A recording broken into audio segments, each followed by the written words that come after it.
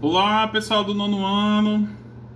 Estamos aqui começando o nosso novo capítulo, tá? Creio eu que semana passada vocês já viram lá o documentáriozinho sobre o Oriente Médio, né? E a gente vai começar a aula hoje, tá bom? Antes da gente iniciar, lembre-se de uma coisa. Toda vez que vocês ouvirem falar em Oriente Médio, lembrem-se de três características, tá? O clima quente, porque a linha do Equador passa em cima. A economia, petróleo, exploração de petróleo. Tanto é que nessa aula que começa hoje, ou pode ser que eu fale semana que vem, ou até mesmo hoje, vocês vão ver os confrontos com a de petróleo. Tá? O petróleo, a economia, o petróleo e a religião muçulmana. Então são três características básicas do Oriente Médio: religião muçulmana, economia, o petróleo e o clima, característica quente, ou tropical, semiárido, seco, tá? Justamente por causa da linha do Equador. Tá? E outra coisa, todo mundo acha que o Oriente Médio é um continente. Pessoal, o Oriente Médio não é um continente. O Oriente Médio, ele faz parte do continente asiático. Tá? Ele fica justamente na ligação entre a África e a Europa. Por isso que muitas pessoas acham que ele é um continente, mas não é. Tá? Como vai ver, eu tô com o livro de vocês aberto aqui na página, quem quiser acompanhar, 258. Professor, por que é que o senhor estava lendo o livro? Porque a gente tem que usar o livro. Porque se não fosse para usar, tinha. Não, se não fosse para usar, não tinha um livro. Tá? Mas como tem, a gente vai usar. Como eu já falei, o termo Oriente Médio é uma expressão cunhada por os ocidentes para indicar a localização de uma porção de terras de acordo com com uma antiga orientação eurocêntrica, pois se refere a uma região estratégica do sudoeste da Ásia que liga os continentes Europa e África, como eu acabei de explicar.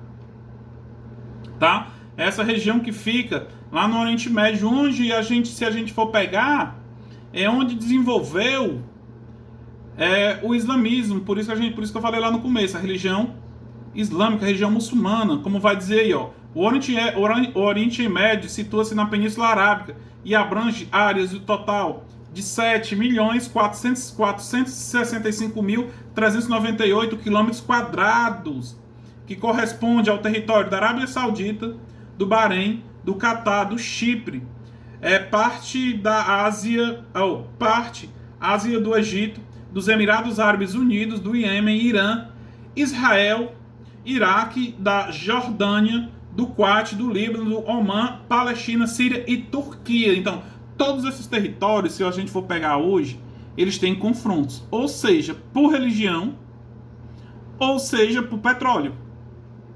Por que vocês acham que os Estados Unidos têm interesse nesses locais? Porque ele quer ajudar por causa do petróleo. Por causa do petróleo. Tá? Para vocês terem uma ideia, tem confrontos lá que eu vou já explicar até por água. Como eu falei, é uma região de clima seco. Eles drenam, eles bloqueiam os rios. Tem até confrontos. Se a gente tivesse em sala, a gente assistia um filme chamado Madagascar, se eu não me engano. Que é um episódio que, não sei se vocês já assistiram, que eles fecham os rios para não passar água para o outro lado da África. Acho que é Madagascar. Acho que é. Que eles vão lá, explodem, fazem uma barreira, sucessivamente. Lá também tem. Tá? E a gente sabe que os dois principais rios que desenvolveu o Egito, que desenvolveu a Mesopotâmia, é de lá, o rio Tigres e o Eufrates.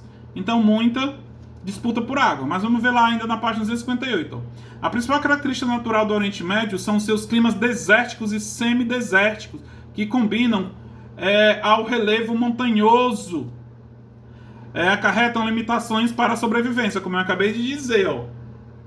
O clima muito quente e o relevo montanhoso. Acho que se a gente tivesse em sala, a gente ia ver um documentário sobre Osama Bin Laden, que os Estados Unidos eles mudaram o território, né? Ou mudaram o relevo de alguns territórios do Oriente Médio, bombardeando as montanhas atrás de Osama Bin Laden, o terrorista do 11 de setembro, tá? Principalmente quando eles invadiram algumas dessas cidades, tá? Ou desses países, tá? E a gente sabe que o clima quente teve desenvolvimento, a Mesopotâmia desenvolveu graças a dois rios que tem o nome, como eu acabei de citar, que tem o nome, o Tigre e o Eufrates, que faz com que a região fique propícia à agricultura, porque utilizam as águas dos rios na irrigação das plantações. Aí vem a diversidade cultural e étnica. Pessoal, essa região predomina os judeus e os árabes. É um confronto desde a época que os hebreus deixaram, desde a época que os judeus se chamavam hebreus, que eu vou explicar para vocês nessa aula hoje ainda, que é o confronto entre palestinos e judeus, né, que são árabes e judeus. Porque pela terra prometida, Canaã. Mas vamos ver o que é que diz aqui o livro, depois eu vou estar explicando. A diversidade étnica e cultural. No Oriente Médio, há predomínio de grupos étnicos semita, árabes e judeus, que compõem 65% dos 310 milhões de habitantes. Além desses grupos, podemos encontrar turcos, iranianos, libaneses e sírio. Tá? Então, nessa região, tem essas duas que predominam, que é os judeus, né, e os árabes. Como vocês podem ver na outra imagem, as roupazinhas aí, os desenhozinhos, que tem aí na página 260. Esse desenho de cima são os árabes, e os de baixo são os judeus. Ó. A maioria desses povos fazem parte da cultura e da religião islâmica, por isso que eu chamei a atenção de vocês, ó, a religião islâmica, o muçulmanismo, tá? As poucas exceções são os israelenses, cuja maioria professa o judaísmo, e os libaneses, que são cristãos maranistas, tal. Em virtude de a religião ser de maioria islâmica, a língua mais falada é o árabe, que pode ser dividida pode ser dividida em corânico, do que vem do Alcorão, ou clássico, língua das religiões e dos religiosos intelectuais. Então essas são as principais línguas. Pessoal, a gente sabe, vocês estudaram isso, acho que não foi comigo, eu não fui professor de vocês no 7º ano de História, mas vocês viram lá no 7º ano, no primeiro capítulo do livro, sobre o islamismo. Então quem lembra, né, deve saber a importância que o islamismo tem para o pessoal do povo árabe, da Península Arábica, né, do Oriente Médio. Então aí, nessa mesma página, tem uma foto dos Muros das Lamentações, tá? Aí vem, como eu falei para vocês, ó, a escassez de água. Água dominada por Israel, tá? Vamos ver o que aqui diz. É como eu falei para vocês, outro confronto. Além dos confrontos por religião, por petróleo, ainda tem os confrontos por água, tá? Tudo lá é confronto, tá? Ó. Em uma região onde a aridez predomina, os poucos recursos hídricos são fontes de tensões e conflitos, como é o exemplo, a água, tá? Ó. Vamos ver o que é que diz aqui, ó. O final do primeiro conflito entre árabes, palestinos e israelenses fazem com que os judeus dominassem as principais fontes de água tão escassas, tão essenciais para a vida e o desenvolvimento econômico da região. A Palestina situa-se numa faixa de extrema escassez de água no Oriente Médio e pode ser dividida em três diferentes compartimentos morfológicos. Aí vem a divisão da água no local, tá? Mas vamos aqui falar um pouco por que foi que os hebreus saíram de Canaã, justamente por causa da escassez de água. Foram para o Egito. Quem leu aí o Antigo Testamento, né, que fala da saída deles por causa da seca. E hoje, essa região se divide em três partes. Ó. A planície costeira ocidental, que apresenta um pequeno lençol freático, insuficiente ainda hoje para a necessidade das agroindústrias de Israel. Israel, onde antigamente era Canaã, tá? Região escassa de água.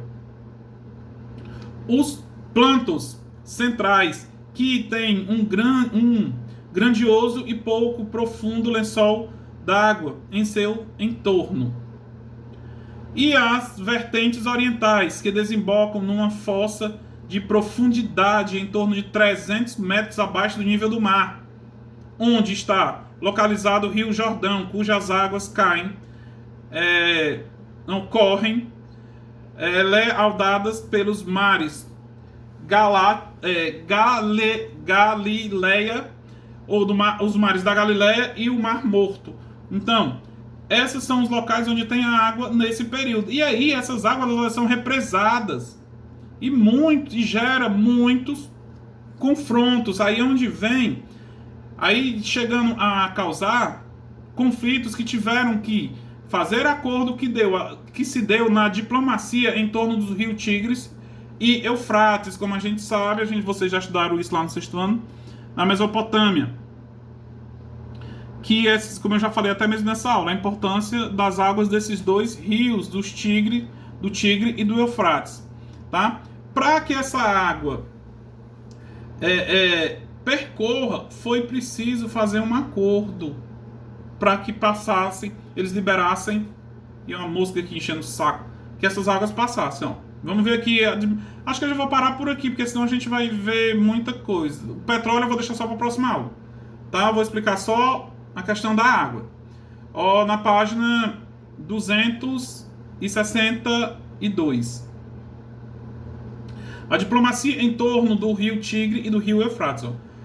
Os Tigres e Eufrates nascem na Turquia, no planalto da Anatólia, e correm em direção a leste, cortando os territórios da Síria e do Iraque, onde a civilização mesopotâmia se desenvolveu. Esses rios são de suma importância para a manutenção da vida nos três países cortados por ele. Como eu já expliquei, várias utilidades da água do Nilo, do Tigre e do Eufrates. Tá? Em 1980, a Turquia implantou o projeto Grande Anatólia, visando as grandes obras estruturadoras com barragens, canais de irrigação, com o objetivo de tornar a região do sudoeste de seu território propícia à agricultura. Mas tem um porém, o que é que acontece? Eles iam canalizar a água do rio, tipo a transposição, tá? E o que é que acontece? O rio ia chegar com menos intensidade nos países mais na frente.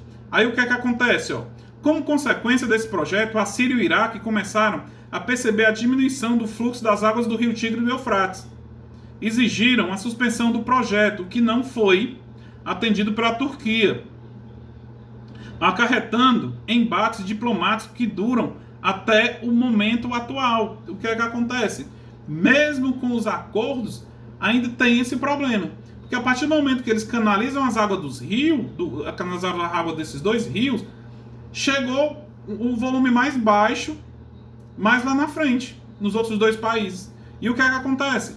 Confrontos até hoje, tá? Por causa dessas águas desses rios, tá? Mesmo com saídas diplomáticas, ainda continua esses confrontos, tá? É como eu estava explicando nesse instante para o oitavo ano, a transposição do Rio São Francisco. Qual a importância da transposição do Rio São Francisco? Para trazer água para essas regiões mais secas do Nordeste, principalmente aqui para o Ceará. Professor, mas também não vai prejudicar o pessoal lá na frente? Não, porque logo o Rio São Francisco ele entra dentro do mar, né? Então, distribuindo as águas não vai prejudicar, diferentemente daqui. Que a partir do momento que eles fazem barreiras, o rio chega com um nível menor mais lá na frente, tá? Aí outro problema, as carências de terras férteis nessa região. Claro, mais uma vez, pessoal, por que, é que o Nordeste não desenvolve? Porque aqui a nossa região, o clima é quente e se não irrigar, não dá plantação, não dá para plantar nada aqui. Tem que ter irrigação. E lá a mesma coisa. Aí vai falar do clima que eu falei lá no começo da aula. No Oriente Médio, a água é até... No Oriente Médio, água e terras férteis são raras. Os climas regionais não facilitam a agropecuária, que é praticada em torno de onde? Dos oásis. Professor, não lembro o que é oásis. Vi lá no sexto ano, mas não lembro. Pessoal, oásis é locais onde aparecem água no meio do deserto. Tá? Os oásis em algumas regiões de terra ou regiões de vales férteis. Então, os locais onde tem os oásis são terras férteis. Mas por quê? Por causa da incidência de água. Só dá para plantar alguma coisa onde tem água, onde tem irrigação. Se não tiver, não dá. Então, as regiões dos oásis, que são águas no meio do deserto, é locais de propícia à agricultura. Tá? Então, lá, pouquíssimas terras são cultiváveis. Tem até um projeto de Israel que deu certo lá, que o governo brasileiro quis trazer aqui para o Nordeste. Que eles conseguiram plantar no meio das terras inférteis, no meio do semiárido do Oriente Médio. Mas esse projeto não veio para cá porque o Brasil não é organizado, lá eles são. Né? Aqui não é. Agora vamos ver como é a pecuária lá. A pecuária é realizada de forma nômade. Pessoal, o que é forma nômade? Acho que vocês já ouviram falar nos beduínos do deserto. É aquele pessoal que cria os animais. Aí levam, não tem água no local, farra aquelas caravanas e levam para os outros locais. Os rebanhos de lá são rebanhos caprinos, ovinos, camelos e bovinos, que se deslocam em busca de pasto verde e água. Já a agricultura é pouco praticada fora das áreas úmidas, mas alguns países que aprimoraram suas técnicas de irrigação conseguem até mesmo desenvolvê-las em trechos desérticos, como o deserto de Negev, em Israel. Esse projeto do deserto de Negev em Israel foi o que quiseram trazer aqui para o Brasil, mas não deu certo por causa da desorganização. Tá? Pessoal, a gente fica por aqui. Próxima aula, a gente vai falar do petróleo. A gente falou um pouco da religião, da agricultura, né? E dos conflitos por água, entre outras coisas. Qualquer dúvida, me perguntem no WhatsApp. Tá bom? Abraço.